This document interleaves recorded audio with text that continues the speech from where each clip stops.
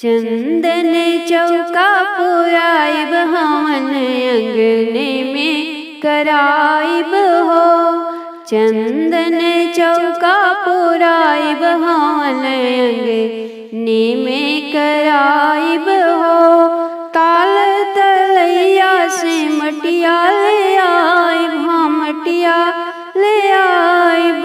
ताल तलैया से मटिया ले आइब, मटिया से बेदिया बनाइब हवन अंगने में कराइब हो। चंदन चौका पुराइब हवन अंगना में कराइब हो। गैया की गोबरा से अंगना लिपाइब, हाँ अंगना लिपाइब।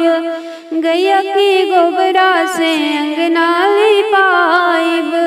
अरे घिउआ के दिया ना जलाइब हवन अंगने में कराइब हो। घिउआ के दिया ना जलाइब हवन अंगने में कराइब हो। चंदन चौका पुराइब हवन अंगने में कराइब हो। मलिया की घरवा से फुलवा मंगाइब, फुलवा मंगाइब हो, फुलवा मंगाइब।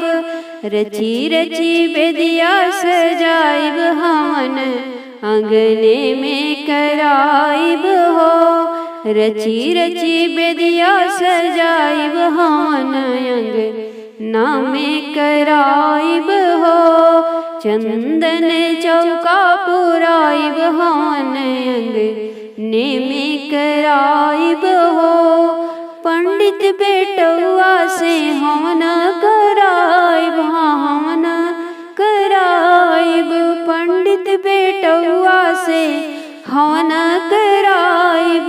जीवन सफल होई जाई हवन अंगना में कराइब हो। जीवन सफल होई जाई हवन अंगने में कराइब हो। चंदन चौका पुराइब हवन अंगना में कराइब हो। मटिया से बेदिया बनाइब हवन अंगने में कराइब।